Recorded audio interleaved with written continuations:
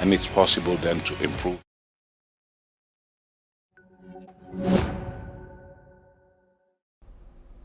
Hello and welcome. I'm Sima Katauka and you're watching the World Report on NewsX World. Let's take a look at the top headlines of this hour. Authorities are still searching for the gunman who killed 2 students at Brown University, with the manhunt stretching beyond 72 hours as police again appealed to the public for help. Local officials said video footage shows a possible suspect wearing dark clothes and a face mask near the scene, as residents remain on edge. Australian police have charged a man with 59 offences, including a terrorism charge over the shooting at Bondi Beach that killed many as funerals were held in Sydney, while police has confirmed an injured officer lost an eye while acting with courage during the shootings. Australian State Parliament to be recalled to pass stricter gun laws. This comes as local premier said the Australian State Parliament of New South Wales will reconvene next week to discuss urgent legislation on gun control in the wake of the deadly Bondi shootings and consider protest reforms. Thailand's Pheu Thai Party has named Yochanan Wongsuwat as its main prime ministerial candidate for the February election, as it seeks a comeback after its patriarch Thaksin Shinawatra was jailed, while Pheu Thai support has declined, with Yochanan, a Shinawatra nephew with limited political experience, could be a breeze of fresh air to regain support. Indian Prime Minister Narendra Modi is in Addis Ababa, where he has received Ethiopia's highest honor welcome as he starts his 2-day visit today, where Prime Minister Narendra Modi and Ethiopian Prime Minister Abiy Ahmed Ali have agreed to elevate India-Ethiopia relations to a strategic partnership. US President Donald Trump has expanded a list of countries subject to a full travel ban, prohibiting citizens from an additional 7 countries. The expanded ban goes into effect January 1st of next year, while he has also added partial restrictions and entry limitations on additional 15 countries.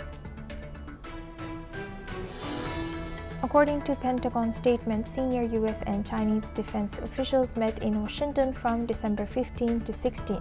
The talks brought together U.S. Deputy Assistant Defense Secretary Alvaro Smith and Chinese Major General Yi Jiang for the 19th Annual U.S.-China Defense Policy Coordination Talks. Beijing's ambassador to Moscow, Zhang Kanhui, has said that construction is advancing on a new Far Eastern gas route from Russia's Pacific coast to China, with exports due to begin in 2027. The project will link to Russia's Sakhalin-Khabarovsk-Vladivostok pipeline system as Moscow deepens energy ties with Beijing.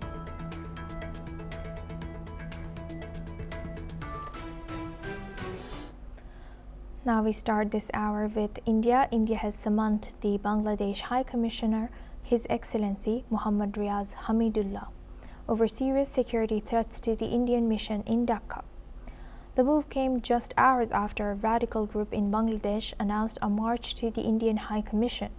The Ministry of External Affairs strongly conveyed India's concern over extremist activities and reminded Dhaka of its responsibility to protect Indian diplomatic missions and visa facilities. India also rejected what it called a false narrative, accusing New Delhi of interfering in Bangladesh's internal politics. The protest call led Indian visa services in Dhaka to shut operations early as a precaution. This escalation comes amid rising anti-India rhetoric, including inflammatory remarks targeting India's northeastern states, the so-called Seven Sisters.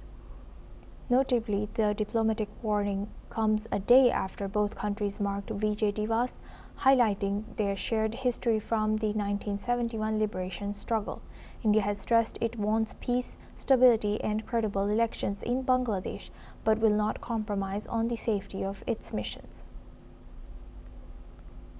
Now for this discussion, we welcome retired Major General Gigi Dwivedi. He's an international affairs expert and defense analyst, joins us live from New Delhi. Thank you very much, Mr. Gigi Dwivedi, for joining us again. Major General. Thank you very much. Now, looking at this, how should India look at this situation with Bangladesh?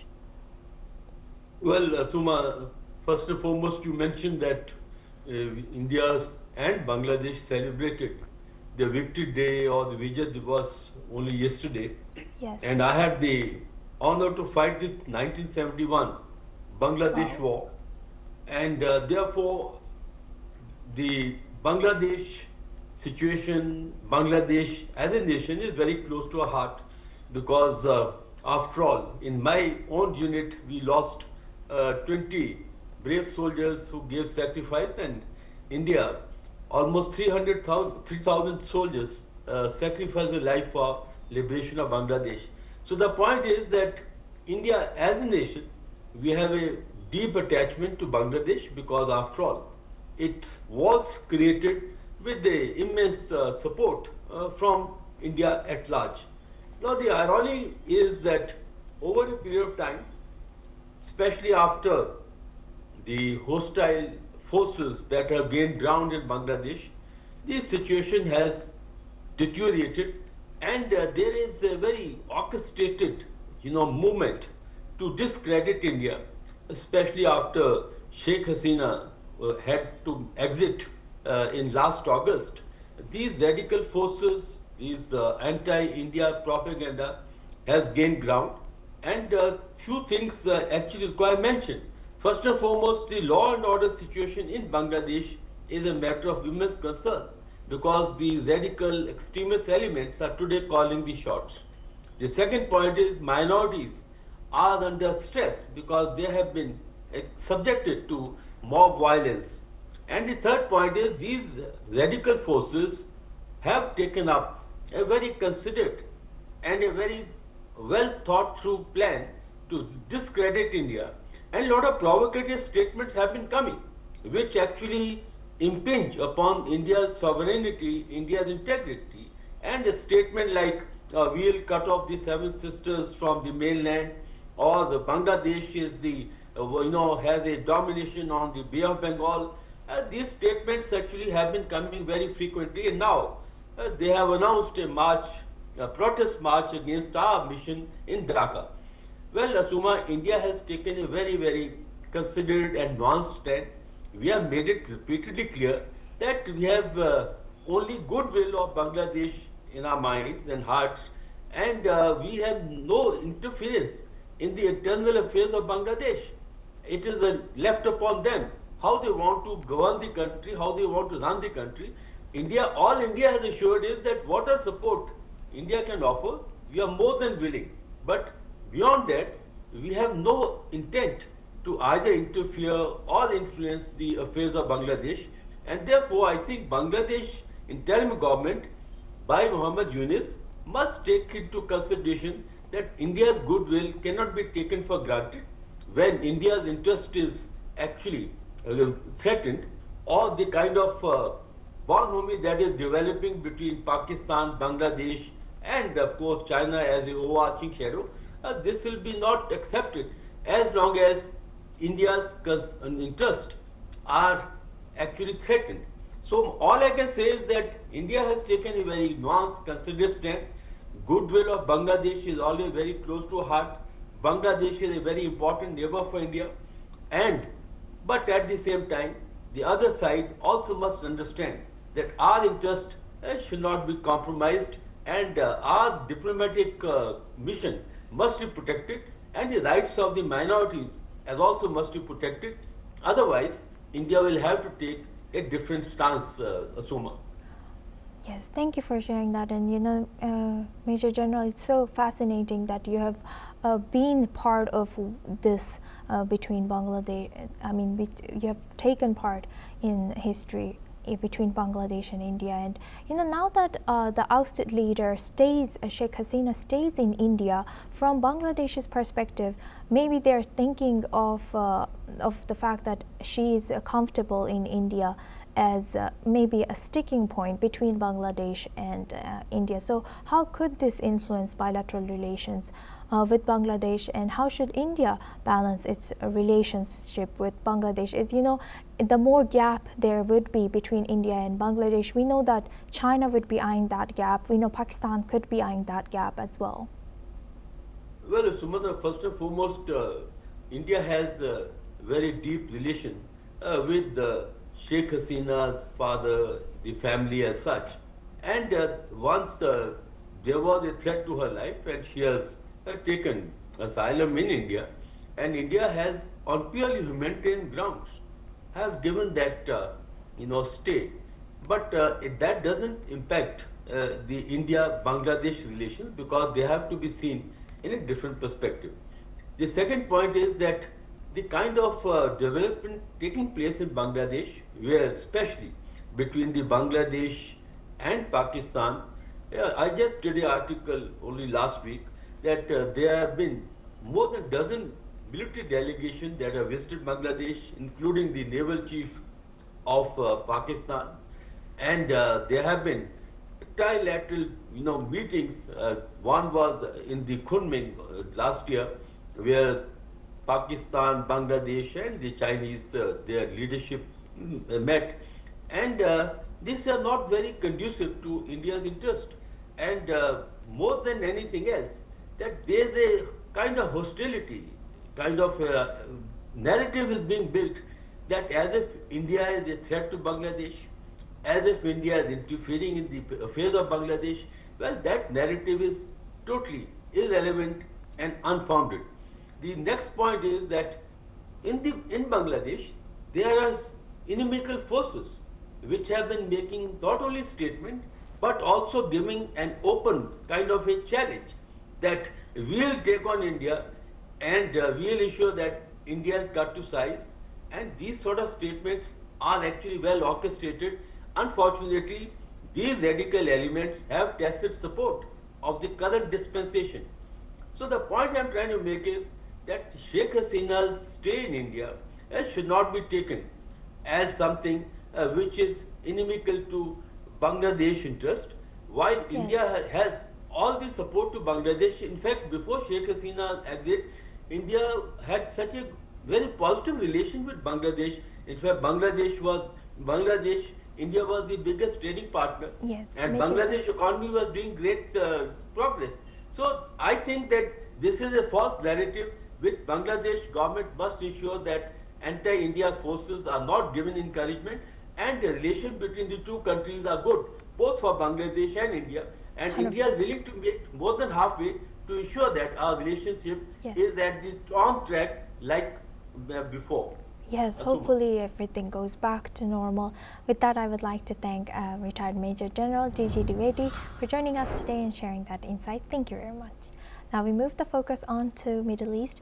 Australian police have said that a man accused of opening fire at a Jewish event on Sydney's Bondi Beach now faces 59 charges, including terrorism offences. 15 people were killed in Sunday's attack, the deadliest mass shooting in Australia in nearly 3 decades. The alleged gunman was shot dead by police at the scene. The parents of 10-year-old Matilda, the youngest victim of the Bondi shooting, have reacted. Let's listen in. Like, she's running around happy, and then second what I see before my eyes is she's lying on the ground, and I just can't explain how it happened. And just, we heard some like The shots. the Yeah. shots, but we thought maybe it's just someone decided, just bad joke, like, just Or fireworks or something. fireworks, something like, yes, like, and my first reaction was, who can do that next to this event? So because all Jewish community is traumatized, but this sounds like Yes. like you Separated. from We're at the time Matilda, of the shooting, they were because my next little to one us. came to me just before it happened, and she asked me, "Mom, can we go to 90 videos again?" And I said, "Listen, there is a long line there. Me and Dad very tired. We will sit here on the chair, and you can go and stay in line, and we will join you when line is closer." And she went she went to her sister, and then they changed plans. They decided just to go to animals, to pet animals, and they told Michael that they go there, but I wasn't aware. So when he said it's shooting, I just ran where 90s cinema. I wrapped my shirt and I was talking to her because she was She was in she, shock. she was in shock. She was telling me that it's hard to breathe, and I was holding her, and I was like, calm down, please, please, please. I was trying to pull her out, but the shooting would just not stop. We were looking where the cops were. There were no cops. Australian police have said that a man accused of opening fire at a Jewish event in Sydney's Bondi Beach now faces 59 charges, including terrorism offences. 15 people were killed in Sunday's attack, the deadliest mass shooting in Australia in nearly 3 decades. The alleged gunman was shot dead by police at the scene. Australian police have said that a man accused of opening fire at a Jewish event on Sydney's Bondi Beach now faces 59 charges, including of terrorism offences. 15 people were killed on Sunday's attack, the deadliest mass shooting in Australia in nearly 3 decades. The alleged gunman was shot dead by the police at the scene.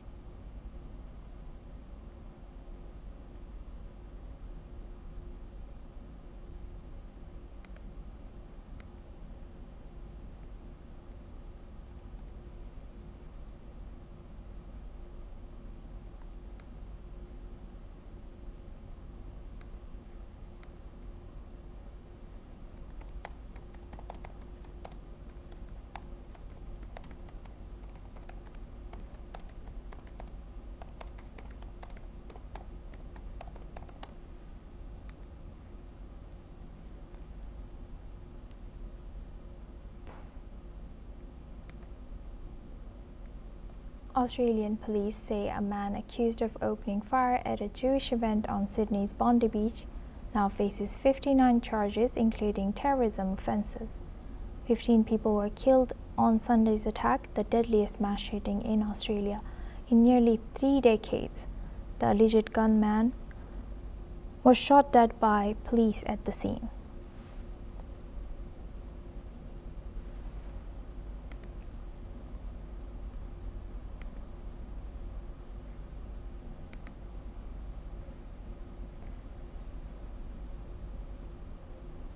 Now for this discussion, we welcome Mr. Elon Levi. He's a former Israeli government spokesperson, joins us live from Tel Aviv. Thank you very much for joining us. Welcome to NewsX World.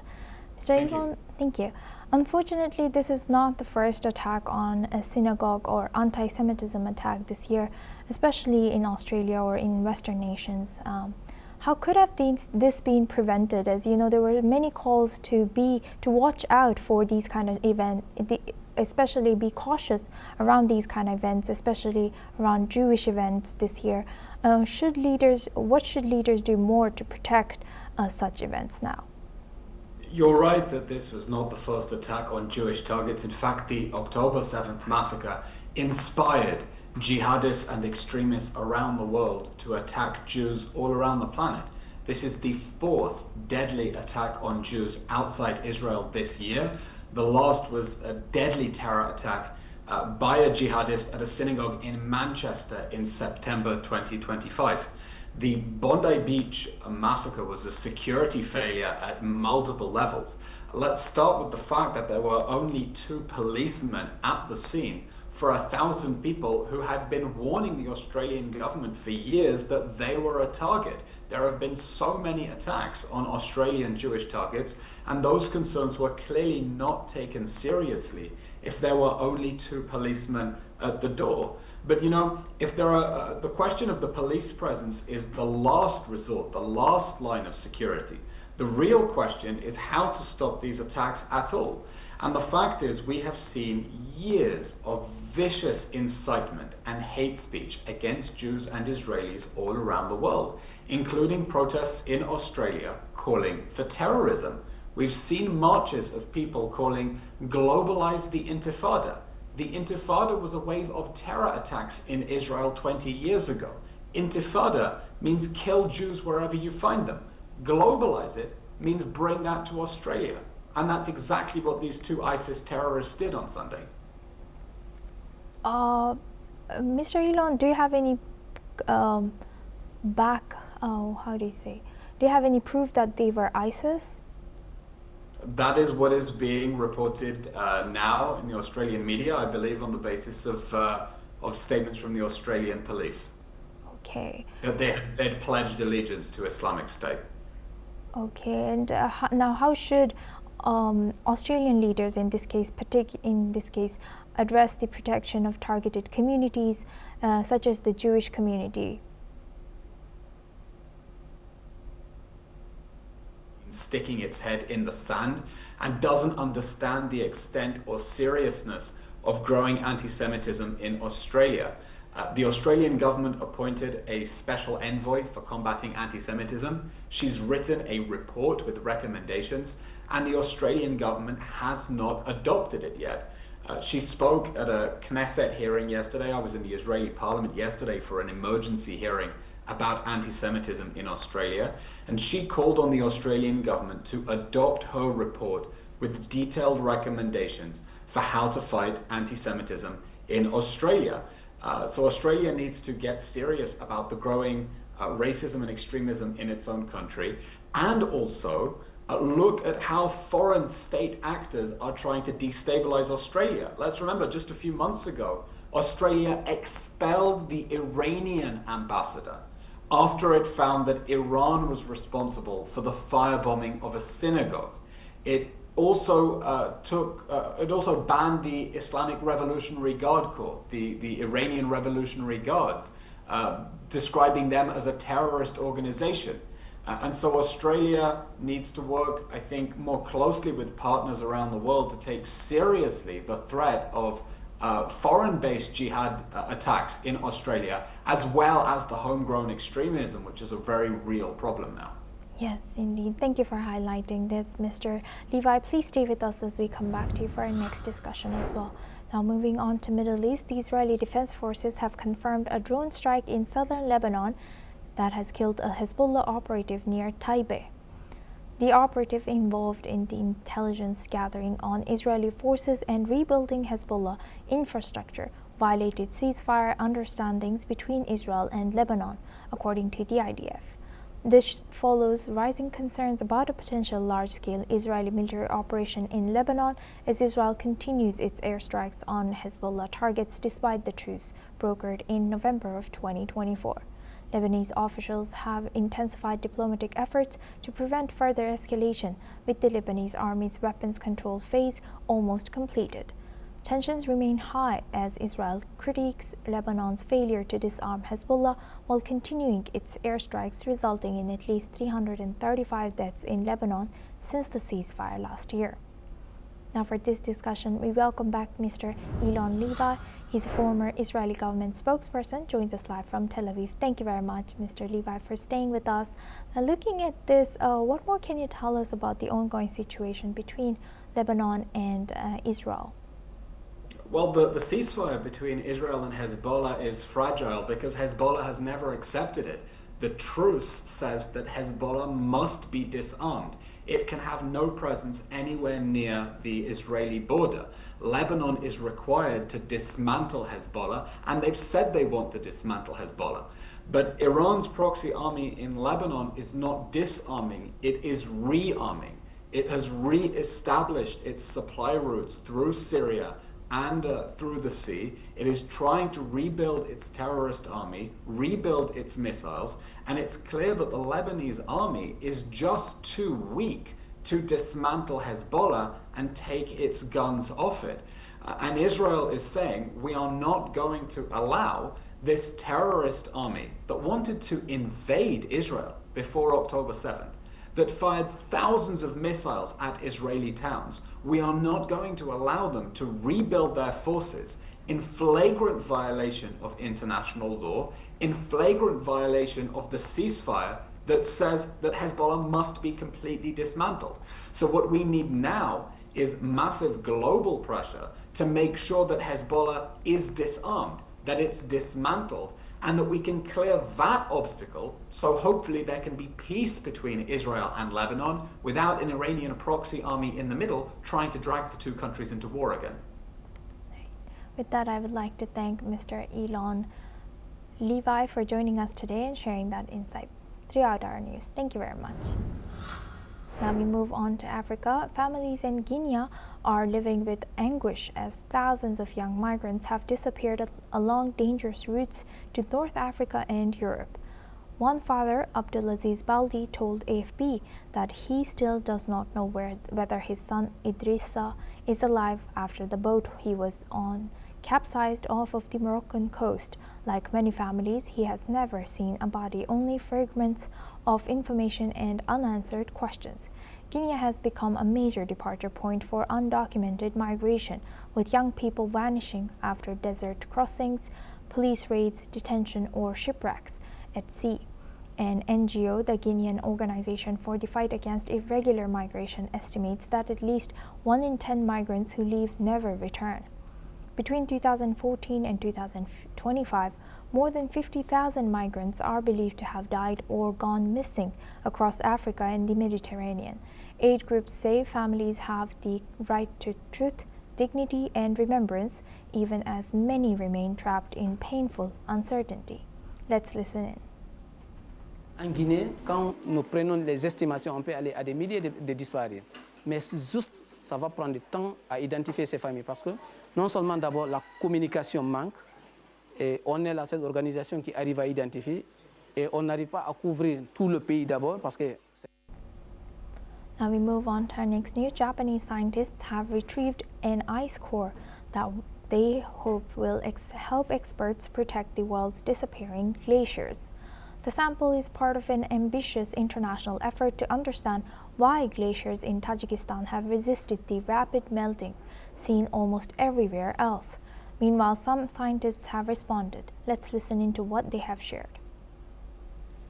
まずアイスコアっていうのはやっぱり貴重な資料で、1本しかないんですけれども、その1本のアイスコアの中からいろいろな科学的な分析であったり物理学的な分析であったりさまざまな分析を行うためにまずはそのアイスコアの資料をいろいろと切り分けるっていう作業を行う。地球温暖化で地球上の氷が失われつつあります。一般の方でよく話聞きますのは南極の氷が溶けて海水準が上がってしまって今島々が海に沈没してしまうんではないかとかそういった恐れがあります。ですけれどもこの地域だけタジキスタン周辺のパミールの地域だけは、氷が失われることがなくて逆に増えているというのが観測事実として。That's all we have time for. Keep watching NewsX World for more news updates from around the world.